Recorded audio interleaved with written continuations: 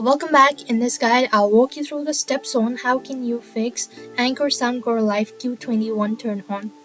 To fix it, you want to make sure to watch this video right till the end. If your Anker Soundcore Life Q20 headphones won't turn on, you could try charging them for at least an hour, then try to turn them on again, and that should be able to help you out. If the issue still persists on, reset might be necessary, so plug in the headphones, hold down the volume up and power button for 5 seconds until you see blue and a red flashing, then unplug it and try turning them on. That should be able to help you out as well.